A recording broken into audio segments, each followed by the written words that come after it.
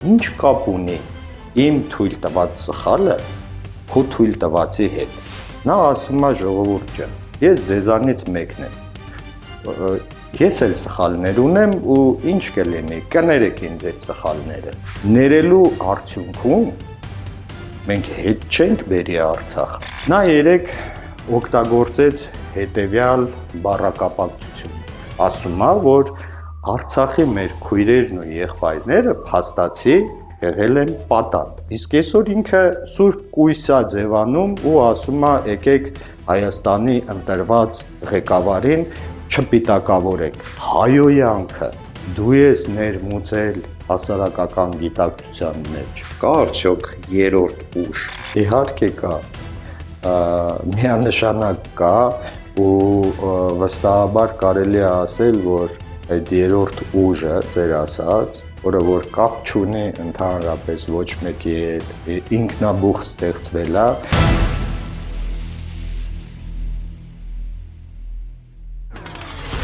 Միանշանակ կարելի է պնդել հետևյալը, որ մեր երկրի գործող վարչապետը Հայաստանում ու ոչ միայն Հայաստանում, երևի թե աշխարհում չգտնվի երկրորդ այդպիսի մեկը, որ տիրապետում է մանիպուլյացիայի գործիքակազմին։ Սրա մեջ նա անգերազանցելի է, հանճարեղ է գործում, նրա մանիպուլյացիաներն ու խոսքի արվեստին տիրապետելու վարպետությունը անգերազանցելի է։ Նրանով նա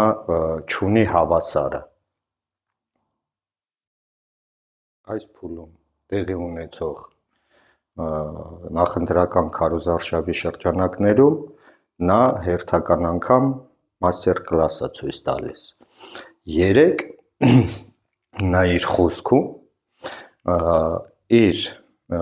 ընտրազանգվածի առաջ հարց բարձրացրեց, ուղղակիորեն հղումը չանելով Աստվածաշնչին, բայց միանշանակ աստվածաշնչյան հարց բարձրացրեց. արդյոք ձեզանից ով մեղավոր չի կամ ով սխալներ թույլ չի տվել։ Ու հաջորդիվ պնդեց, որ ժողովուրդ ջան, ես ձեզանից մեկն եմ, ոչ ավել եմ, ոչ պակաս, ես էլ ունեմ սխալներ, ես էլ ունեմ թերություններ, ու հավաքված ամբոխի մեջ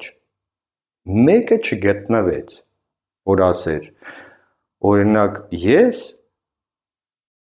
որ չգիտեմ, հեռախոսով համար եմ հավաքել ու սխալ տեղ եմ զանգել, կամ չգիտեմ, ասենք, ճանապարհային երթևեկության կանոններին չեմ տիրապետել, սխալ եմ արել ու տուգանվել եմ։ Դա ինչ կապ ունի իմ թույլ տված սխալը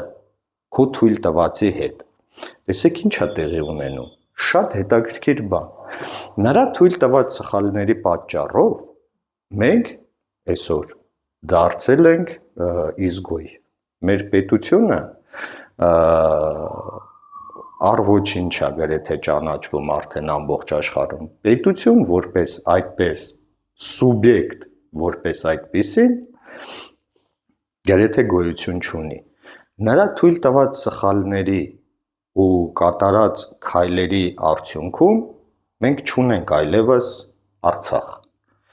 Նրա թույլ տված սխալների պատճառով հազարավոր մարդիկ են մահացել, հազարավոր գերիներ ունենք, տասնյակ հազարավոր հաշմանդամներ ունենք արցախահայություն, որոնք որ իրենց բնորանից արտագաղթել են, հազարամյակներով ապրելով Արցախում, այսօր նրանք բռնի տեղահանվել են։ Հիմա մարդը ում մեղքով ու ում քայլերի պատճառով ողբերգությունը տեղի է ունեցել, նա ասում է ժողովուրդ ջան, ես ձեզանից մեկն եմ, ես էլ սխալներ ունեմ ու ինչ կլինի, կներեք ինձ այդ սխալները։ Հիմա հարց, օրինակ ժողովուրդ կոչված է այդ ամբողջը, որը տեղ հավաքված էր, կամ ես ով եմ, կամ նրանք ով են, որ ներեն կամ չներեն, ինչը ներեն, առհասարակ կներեք, եթե կներեքի արդյունքում գերեզմանից անհնար է, որ դուրս գա մահացած երիտասարդը, կներեք ու ներելու արդյունքում անհնար է, որ Բաքվից հետ գան մեր գերիները, ներելու արդյունքում մենք հետ չենք բերի Արցախը, նա իր կատարած այլանդակ հանցագործությունները ու սխալները հավասարեցնում է կենցաղային պրիմիտիվ սխալների ու դրանով ասելով, պնդելով, որ ինքը հավաքված մասայի կամ իր լեզվով ասած ժողովրդի մի մասնիկն է, նա իր վրայից մաքրում է պատասխանատվությունը ու այդ պատասխանատվությունը տարածում է յուրաքանչյուրի վրա։ Սա անգերազանցելի մանիպուլյացիա է ու այս մանիպուլյացիան արդեն տվյալ մարդը տասնամյակներ շարունակ սութը, կեղծիքը մանիպուլյացիայի շնորհիվ տարածում է ու չի հագենում։ Նա երեք օգտագործեց հետևյալ բառակապակցությունը՝ պսևդոէլիտա։ Էլիտա բառը առհասարակ ինքը տերմին է։ Քաղաքական գիտության մեջ դա օգտագործվում է, էլիտա կոչվում է իշխող քաղաքական կուսակցությունը ու կուսակցության լիդերը, անկախ նրանից, թե նրանք ովքեր են, բայց ցավոք սրտի այդ բառը ներմուծելով հասարակական գիտակցության մեջ պարզաբանում որպես այդպեսին չի տրվել ու օբյեկտիվ պատճառներով շատ մարդկանց մոտ էլիտա բառը ասոցացվում է, չգիտեմ, ինչ որ մեծահարուստների հետ կամ իշխանության ներկայացուցիչներից որոշակի ինչ որ թվով քանակ մարդկանց հետ կտրվում է իր բուն իմաստից, թե ինչ բան է էլիտա։ Իսկ նա երեք արտասանեց, որ Արցախահայությունը փաստացի վերջին 30, ավելի քան 30 տարիների ընթացքում գերի է եղել պսևդո էլիտայի կողմից։ Նորից հղում չանելով կամ կոնկրետ անուններ չտալով, բայց ենթադրաբար այն ինչ որ 2-3 օր առաջ կամ վերջին մի քանի տասնամյակներին ինքը կոկորդը ճղելով գորգորում է, նկատի ուներ կոնկրետ Հայաստանի երկրորդ ու երրորդ նախագահներին։ Նրանց բնորոշումը ու բնութագրումը որպես պսևդոէլիտա ու նրանց վրա դնում է պատասխանատվություն, ինչը որ որպես այդպիսին երբևէ գոյություն չի ունեցել ու իրականության հետ ոչ մի աղերս չունի, ասում է, որ Արցախի մեր քույրերն ու եղբայրները փաստացի եղել են պատանդ։ Նա սրանով լուծում է հետևյալ հարցը, այսինքն եթե այդ մարդիկ 30 տարի ու ավել եղել են պսևդոէլիտայի կոնկրետ նկատի ունենալով մարդկանց ու իրենց թիմը, նրանց ձեռքում եղել են պատանդ, հիմա ինչի եք բողոքում, որ օրինակ Թուրքիայի կամ Ադրբեջանի պատանդ չլինեն։ Ինչ տարբերություն պատանդի համար, թե ում համար է պատանդը, նենց որ մի բողոքեք, դա նորմալ է, որ ես ձեզ պատանդ դարձնեմ, դա նորմալ է, մի բողոքեք։ Այս մարդը էլի եմ ասում, կրկնում եմ, որ իր հավասարը երևի չունի աշխարհում մանիպուլյացիայի արվեստում։ դա երևի թե հետագայում, չգիտեմ, հոգեբանները, սոցիոլոգները, գիտնականները փորձեն ուսումնասիրեն ու գիտական թեզեր պաշտպանեն, որովհետև նմանը երբեք չի ծնել աշխարհը։ Նա օրը ցերեկով կարողանում է մանիպուլացնել ու դա իր մոտ շատ լավ ստացվում է։ Ու ցավոք սրտի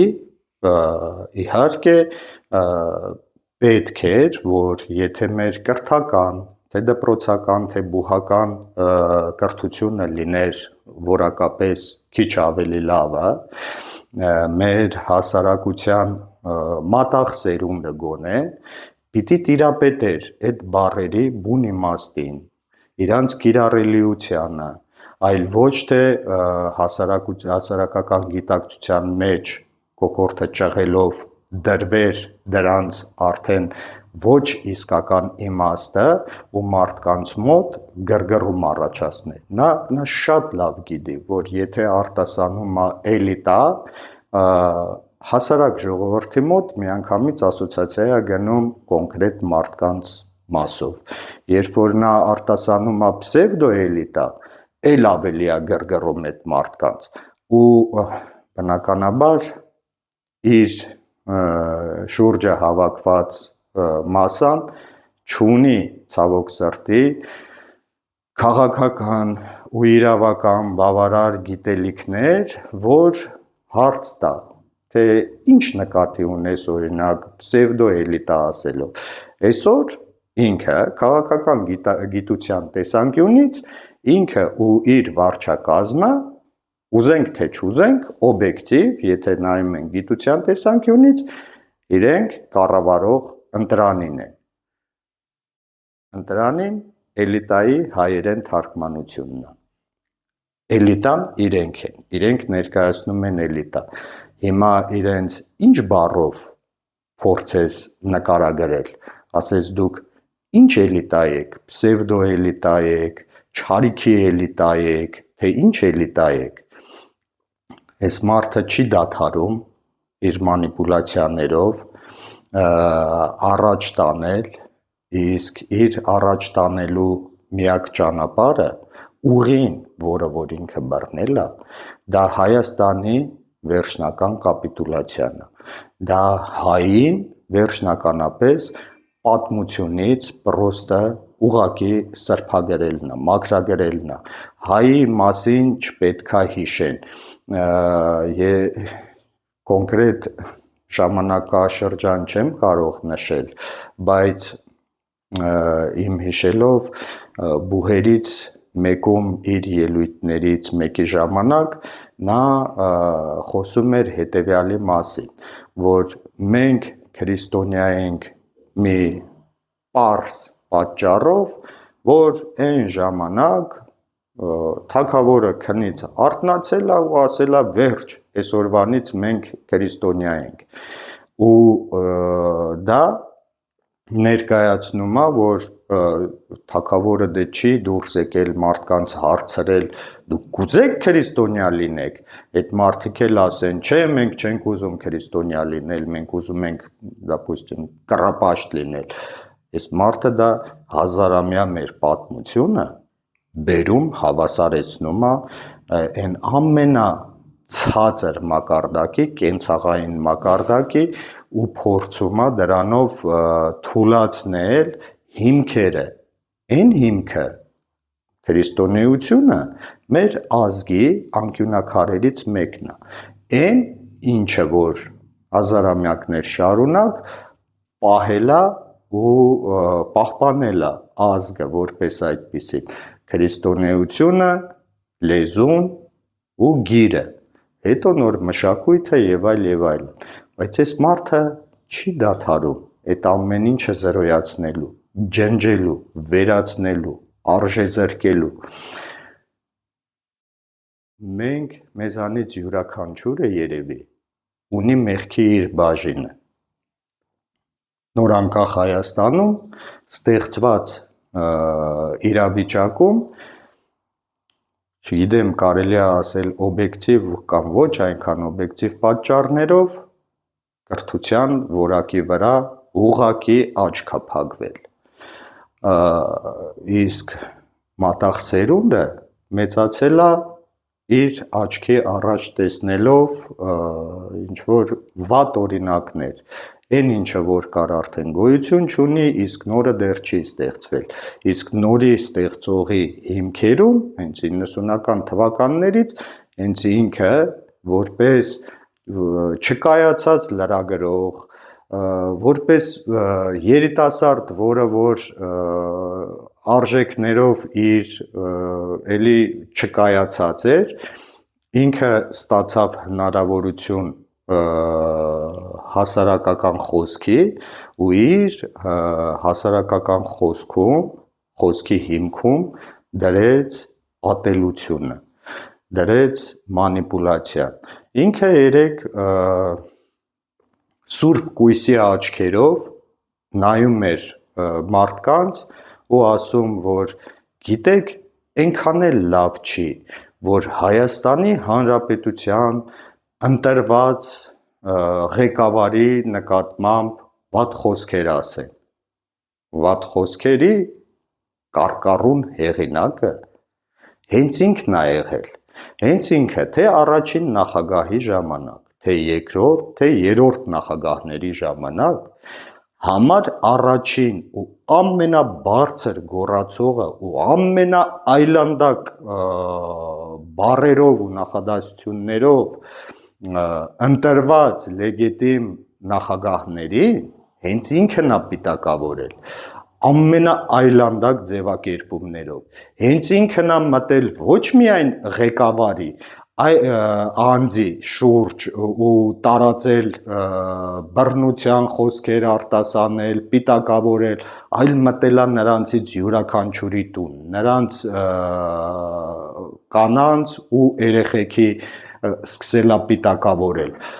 հենց ինքն է դրա հեղինակը, իսկ այսօր ինքը սուրբ կույս է ձևանում ու ասում է եկեք Հայաստանի ընտրված ղեկավարին չպիտակավորենք, այսինքն իր պատկերացմամբ հետևյալն է, եթե կանգնում ես, ասում ես, որ այ տղա կամ այ վարչապետ, դու ուղղակի տապալել ես ամեն ինչ, դու ես չարության խոսք տարածողը, դու ես քո գործողություններով ու անգործությամբ տապալել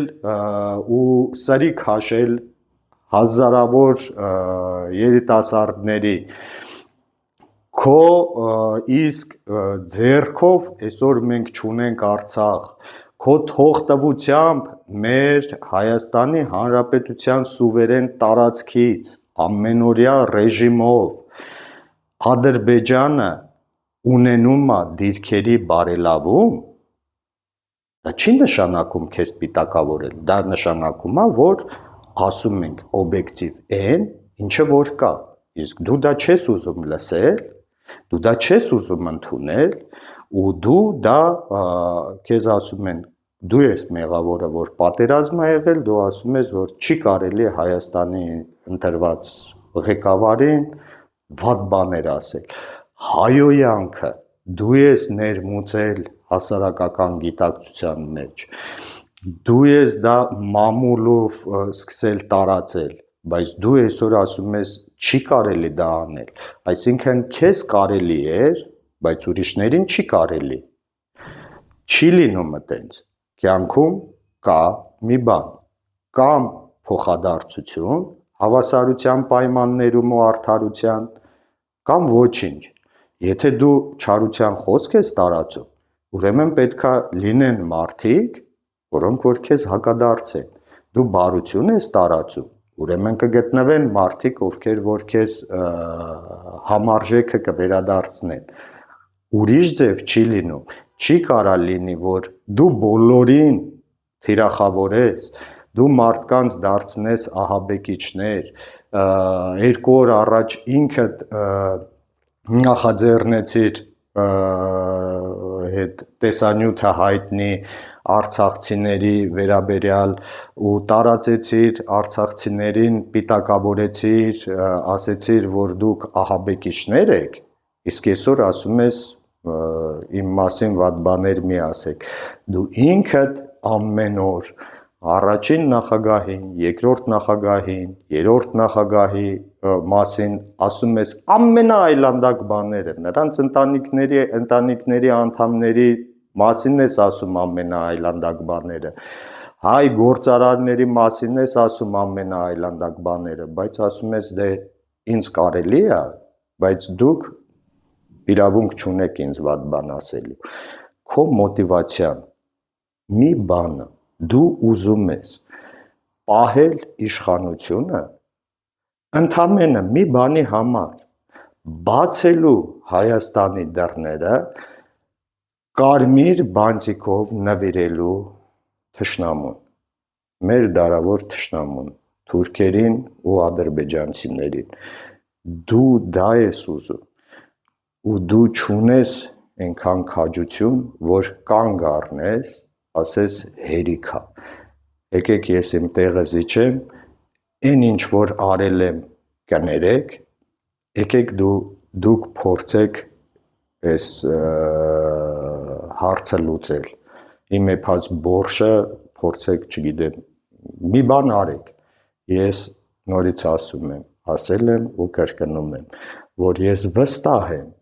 որ Հայաստանում առայժմ կան ապրող կիրթ, խելացի, բանիմաց, պրոֆեսիոնալ մարդիկ, որոնք որ ի վիճակի են պաշտպանելու մեր հայրենիքը, որոնք որ ի վիճակի են Հայաստանը նորից դարձնելու արտաքին հարաբերություններում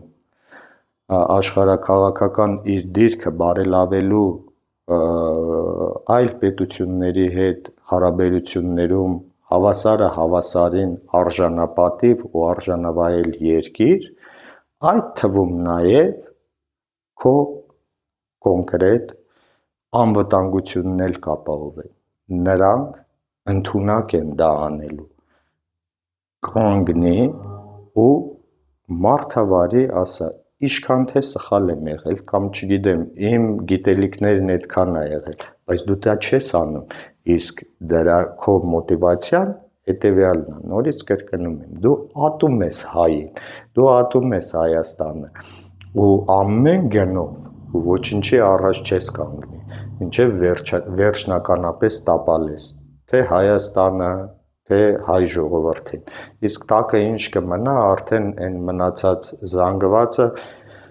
կհամակերպվի հետիրականության հետ ու կշարունակի տենց ապրել, մի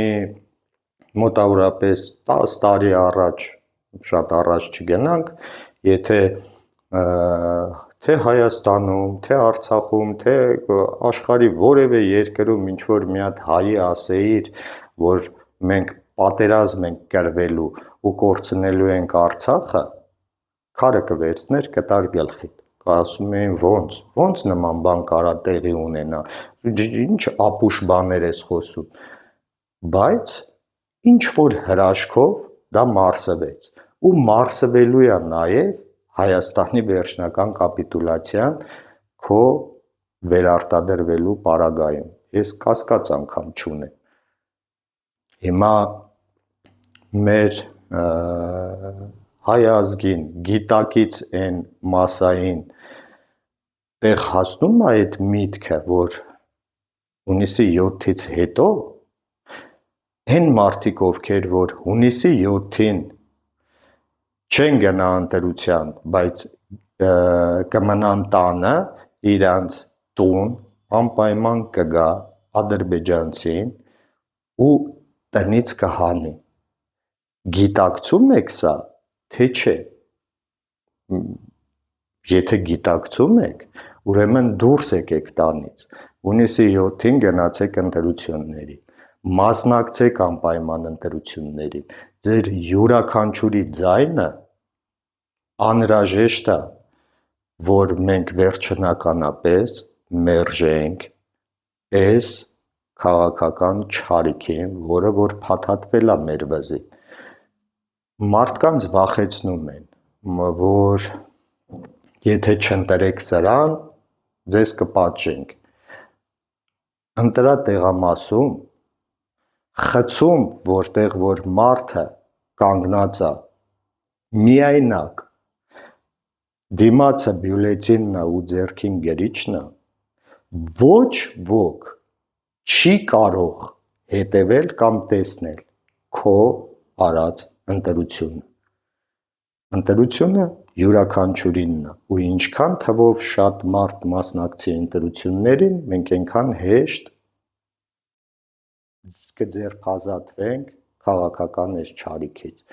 Այլ տարբերակ ուղղակի գոյություն չունի, իսկ քանի ինքը ունի իշխանություն, քանի ինքը ունի հնարավորություն ձեռքին վերցնելու միկրոֆոն, քանի իրան տրամադրվում է հարթակներ տարբեր տեսակի, որ ինքը խոսի, ինքը խոսելու է, մանիպուլացնելու է, ինքը ասելու է, որ ես ձեզանից մեկն եմ, եկեք լավ ու վատ չանենք, բոլորդ էլ սխալներ ունեք, ես էլ այդ թվում սխալ ունեմ, հիմա շատ թե քիչ իմ արած սխալն էլ ձեր արած սխալի չափ է, էլի ինչ տարբերություն։ Թողեք ես էլի մնամ իշխանություն։ Հովիկ, վերը նշվածը չկատարվելու համար այդ մեր հայրենիքը չկորցնենք, այդ ադրբեջանցիները չգան մեզ մեր տներից հանեն, ընտրությունների մասով կա արդյոք երրորդ ուժ, որը որ չի կապվում թե ներկաների հետ, թե նախկինների հետ, կա այդ երրորդ ուժը, որ կարող է գա և մեզ օգնել։ Իհարկե կա, միանշանակ կա ու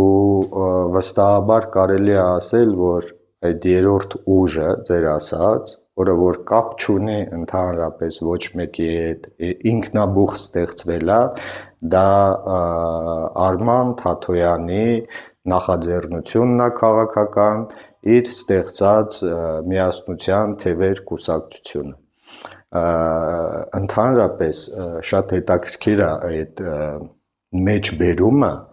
նախկինների, այդ բառը նորից մեր ներկայիս գործող վարչապետի կողմից ներմուծված եզրույթ է, որը որ չափազանց վտանգավոր է։ Օրինակ, ես ծնվել եմ Բրեժնևի ժամանակ, ես ծնվել եմ ու Բրեժնևը եղել է Խորհրդային Միության ղեկավարը։ Հիմա իմ ծնունդը ոնց կարամ ես կապեմ Բրեժնևի հետ։ Ես մանկապարտեզ եմ գնացել, կոնկրետ այդ տեղում, այդ վայրում, որ գնացել եմ մանկապարտեզը ունեցել է վարիչ։ Հետո մանկապարտեզից հետո դպրոց եմ գնացել, ստացել եմ դպրոցական կրթություն ու բուհ։ Ենթադրաբար երեխան, որ մեծանում է, նա ստանում է կրթություն, դպրոցական, հետո բուհական, հետբուհական ու եթե նա մասնագետ է դարձել, նա տեղավորվում է աշխատանքի, աշխատելու, ծառայելու, մի խոսքով, դա բնականon զարգացման սենց շղթա է։ Հիմա սրանց ներմուծած այդ եզրույթը նախկինների, որ մարդկանց տանում կապում են նախկինների հետ, դա ուղղակի իդիոտիզմ է, որովհետև ես լինելով դպրոցական կամ արդեն բուհական կրթության ժամանակ կամ բուհը ավարտելուց հետո առհասարակ ոչ մեկ չունի հնարավորություն ստուգելու, թե ինչ կարող է տեղի ունենալ 5, 10, 15, 20, 30 տարի հետո։ Ես ստացել եմ կրթություն, ավարտել եմ բուհը ու տեղավորվել եմ աշխատանքի։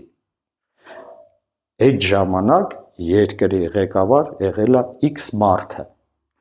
Ինչ կապ ունեմ ես այդ X մարդու հետ, առհասարակ, ոչ մի։ Ես պիտի առնվազն կամ պայծառատես լինեմ, ասենք մանկահասակ երեխա,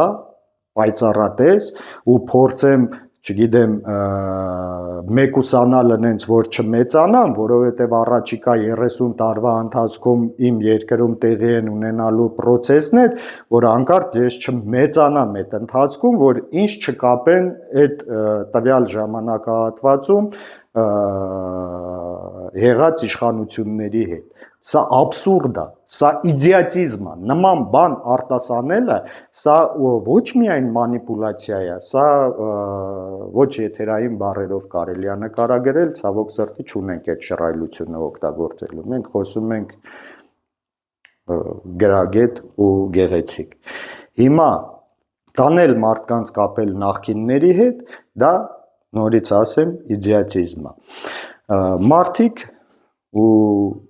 քիչ չեն այդպիսի մարդիկ, ովքեր որ փայլուն մասնագետներ են իրենց գործի։ Դրանք իրավաբաններ են, տնտեսագետներ են, բժիշկներ են, ինժեներներ են, փայլուն մասնագետներ են ու իրենց մասնագիտական հմտություններով նրանք լավագույնս իրենց ապրածով ցույց են տվել, որ այդ բնագավառում իրանք կամ լավագույններից մեկն են կամ լավագույնը։ Տանել, կապել, որ, չգիտեմ, նախքին այսինչ նախագահի, դա իրանք սիրած բանն է։ Իրենք չկայացած են։ Իրենք ընդհանրապես կյանքում ոչինչ չեն ստեղծել ու իրենց կարիերան հենց ստեղծվել է հետևյալի վրա, որ ինչ որ մի հատ ձյաձյա իրան ձեռքից բռնել է, կոնֆետ է տվել ու իր կողքը մեծացրել է։ Իրանց աշխարհընկալման մեջ պարտադիր յուրաքանչյուր մարդ պետքա մեծանա այտենց ու իրանց գլխում չի կարող տեղավորվել հետևյալը, որ մարդը կարա ինքնուրույն ստանա դպրոցական կրթություն, բուհական կրթություն, դառնա լավ մասնագետ ու որևէ մեկի ընդհանրապես ոչ մեկի հովանավորչության կարիքը չունենա ու ինքը կայանա որպես այդպիսին։ Պարտադիր չէ, որ յուրաքանչյուրին ինչ որ ձյաձյա ձեռքից բռնի, կերակրի, իսկ իրանց պարագայում հենց այդպես էլ եղել է։ Իրանք չկայացած են, իրանք կյանքում ոչինչ չեն ստեղծել ու իրանց առաջ տանողը ու կարիերա ստեղծողը եղել է ինչ որ մի հատ ձյաձյա, ով որ օրնիբուն իրանց չուպաչուպս է կերակրել ու իրանք մեծացել են ու իրանց աշխարհընկալման մեջ ուղղակի դա է, որ պետքա մեկը լինի, որ մեկին առաջ տանի։ Թե այդ մեկը, այդ առաջ տանող մեկը, այդ ով է այդ անհայտ ֆիգուրը, մարդ չգիտի։